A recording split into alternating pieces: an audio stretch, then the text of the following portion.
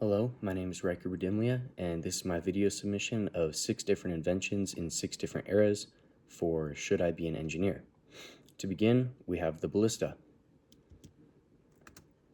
The ballista was invented by the ancient Greeks around 400 BC. It was a large crossbow-like siege weapon. It launched heavy bolts or stones at enemy troops and fortifications. It used torsion power from twisted ropes made of sinew or hair that pulled back on wooden arms to create a potential energy that was then released to launch those rocks or bolts. It was first widely used around 400 BC in Greece, and then the Romans later improved on the design for battle use, and it was very common to be used to break down forts or walls for castles to allow their great armies to break through and pillage or siege or do whatever wartime things they liked to do. Our next item is going to be the cannon. Obviously a very awesome weapon, but also an incredible tool that led to many, many more inventions. The cannon was invented by the Chinese around the 12th century AD.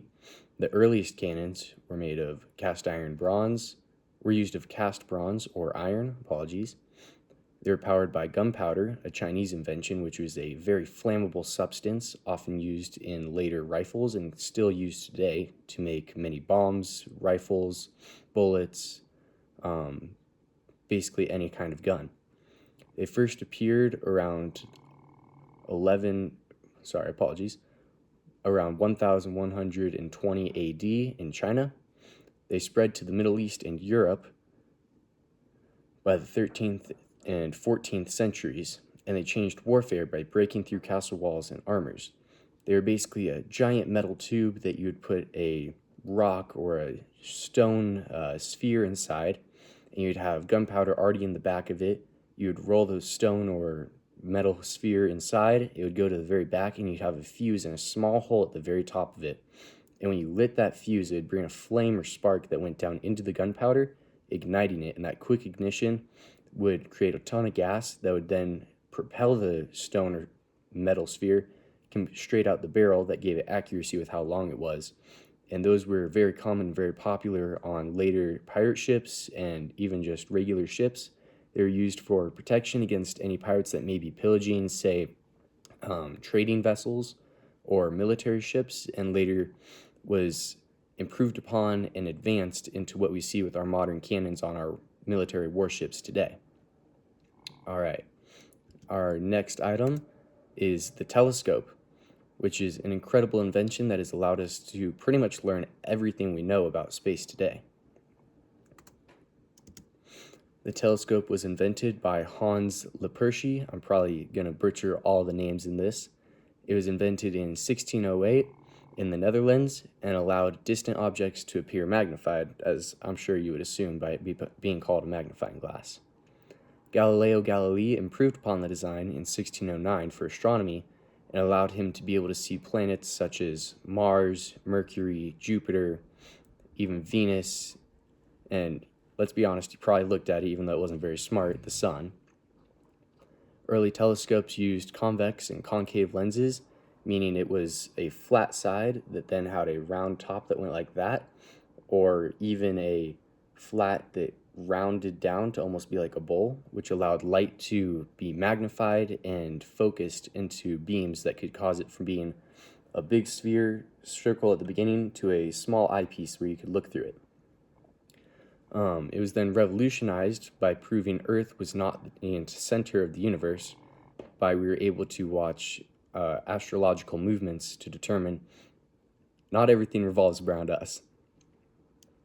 All right, next we have the first battery, otherwise known as the voltaic pile, which is absolutely incredible for how it developed and helped us to develop our current batteries we have today, which many of you know through the Tesla cars, which I know aren't very popular, but they are still incredible feats of technology and engineering, which has allowed us to do many, many incredible things.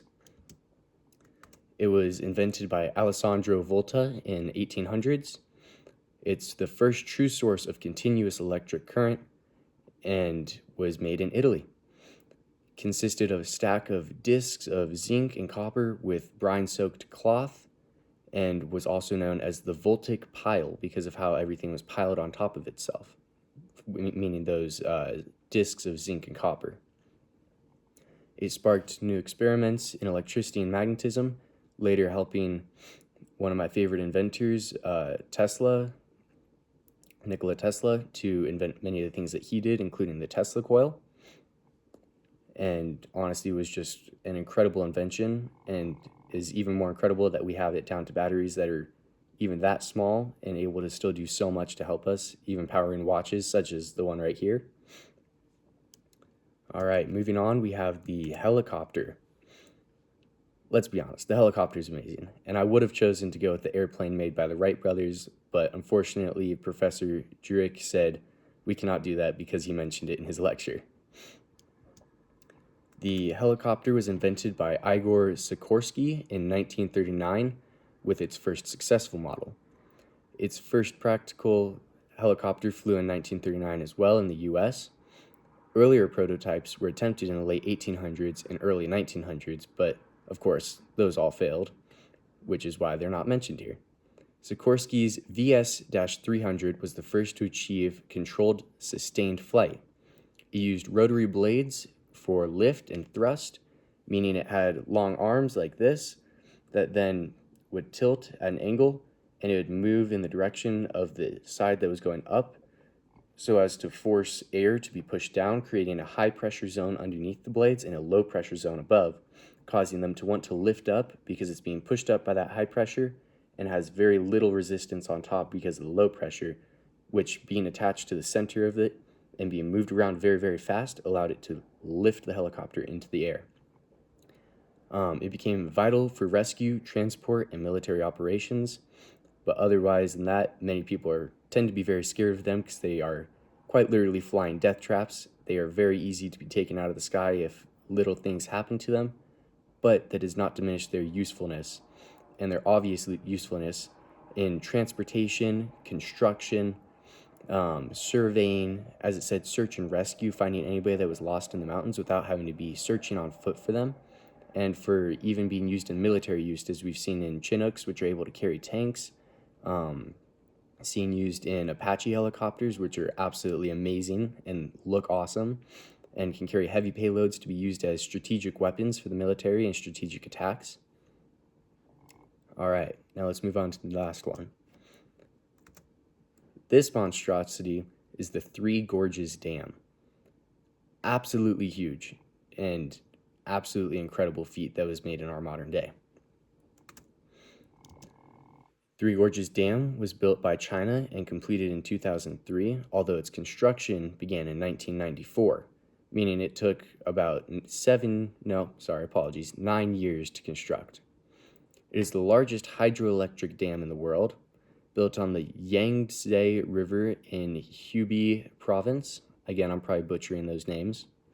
It produces over 22,000 megawatts of electricity, which is absolutely bonkers. That is so much electricity. It displaced over 1.3 million people due to flooding of the reservoir, because what they did is they built it where a river was, and as that river gets stopped by this dam and it can't go anymore, it slowly rises and fills up and fills up. And what they do so it doesn't overflow is they allow little bits to go through, and it pushes through. And as that water goes through and pushes down on these turbines that spin, it converts that kinetic energy into electric energy through motors. And it is also believed that it can slow down the rotation of the Earth by, I believe, about 2 seconds a year, which doesn't sound like that much, but that's kind of crazy that that dam is able to slow down the rotation of the Earth when in operation by about 2 seconds. Now, I'd like to thank you for watching and listening to me rant and stumble through my words. Have a blessed day.